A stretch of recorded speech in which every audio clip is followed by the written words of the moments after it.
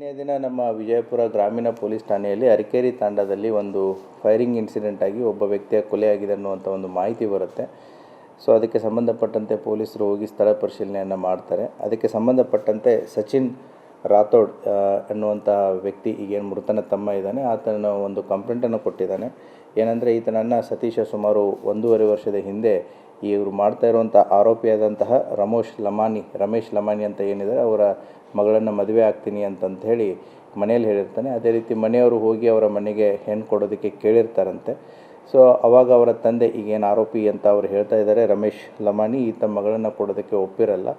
ಆ ಹಿನ್ನೆಲೆಯಲ್ಲಿ ಮನಸ್ತಾಪ ಆಗಿರುತ್ತೆ. ಮತ್ತು ಅದೇ ವಿಚಾರದಲ್ಲಿ ಅವರ ಮಗಳು ಬಾವಿಯಲ್ಲಿ ಬಿದ್ದು ಸುಸೈಡ್ ಮಾಡ್ಕೋತಾಳೆ ಅಂತಂತೇಳಿ ಕಂಪ್ಲೇಂಟಲ್ಲಿ ಹೇಳಿದ್ದಾರೆ.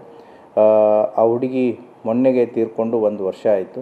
ಸೊ ಆ ಹಿನ್ನೆಲೆಯಲ್ಲಿ ನಿನ್ನೆ ಇವನೇನು ಈಗ ಮೃತನಾದಂತಹ ಸತೀಶ್ ರಾಥೋಡ್ ಏನಿದ್ದಾನೆ, ಈತ ಅರಕೇರಿ ತಾಂಡಾದಿಂದ ತನ್ನ ವೆಹಿಕಲಲ್ಲಿ ಹೋಗ್ತಾ ಇರಬೇಕಾದ್ರೆ ಈ ಆರೋಪಿತನ ಮನೆಯ ಹತ್ತಿರ ಆತನ ಕಾರ್ಗೆ ಅಡ್ಡಗಟ್ಟಿ ಗುಂಡನ್ನು ಹಾರಿಸಿ ಚಾಕುವಿನಿಂದ ತಿವಿದು ಕೊಲೆ ಮಾಡಿದ್ದಾರೆ ಅಂತಂತೇಳಿ ಒಂದು ಕಂಪ್ಲೇಂಟನ್ನು ಕೊಟ್ಟಿದ್ದಾರೆ.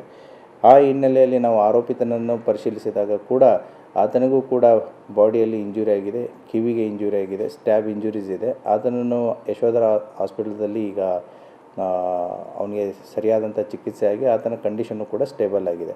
ಸೊ ಫರ್ದರ್ ಹೇಳಿಕೆಗಳನ್ನು ನಾವು ದಾಖಲಿಸಿಕೊಳ್ಳೋದಿದೆ. ಸೊ ಎಲ್ಲ ಆಯಾಮಗಳಲ್ಲಿಯೂ ಕೂಡ ಇದರ ತನಿಖೆ ನಡೀತಾ ಇದೆ. ಸೊ ಅಲ್ಲಿ ಪಿಸ್ತೂಲು ಮತ್ತು ಚಾಕು ಅದು ದೊರಕಿದೆ ಸೀನ್ ಆಫ್ ಕ್ರೈಮಲ್ಲಿ.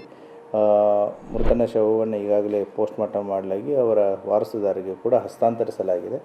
ಸೊ ಈಗೇನು ಆರೋಪಿತರಂತ ಕೊಟ್ಟಿದ್ದಾರೆ ಅವರು ಆಸ್ಪತ್ರೆಯಲ್ಲಿದ್ದಾರೆ. ಸೊ ಅವರನ್ನು ರಿಕವರಿ ಆದ ತಕ್ಷಣವೇ ಅವರ ಹೇಳಿಕೆಯನ್ನು ದಾಖಲು ಮಾಡಿ ಫರ್ದರ್ ತನಿಖೆಯನ್ನು ಮಾಡಲಾಗುವುದು.